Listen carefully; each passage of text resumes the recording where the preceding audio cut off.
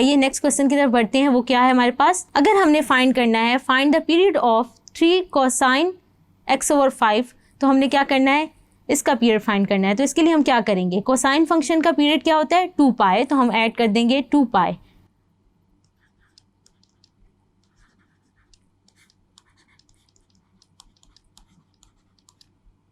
मैंने 2 पाई ऐड कर दिया। अब मेरे पास यहाँ पे x/5 लिखा हुआ है, यानी 5 जो है वो डिवीजन में आ रहा है, तो यहाँ पे 5 डिवीजन में ख़त्म करने के लिए मैं क्या करूँगी, 5 से मल्टीप्लाई कर दूँगी। तो जब मैं 5 से मल्टीप्लाई करूँगी दोनों टर्म्स के लिए तो क्या होगा, चलिए नेक्स्ट स्टेप में लिख लेते हैं।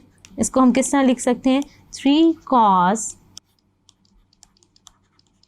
दोनों टर्म्स में हम क्या करते हैं 5 को मल्टीप्लाई कर देते हैं, तो ये 5 ख़त्म हो जाएगा और यहाँ क्या आ जाएगा 3 cos x 10 pi. So we can write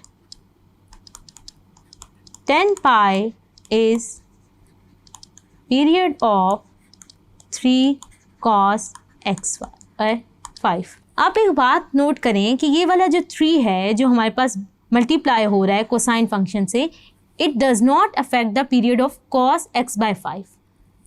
जो भी नंबर यहाँ मल्टीप्लाई हो रहा होगा वो हमारे पास अफेक्ट नहीं करेगा। होप सो आपको ये क्वेश्चन समझ आए होंगे।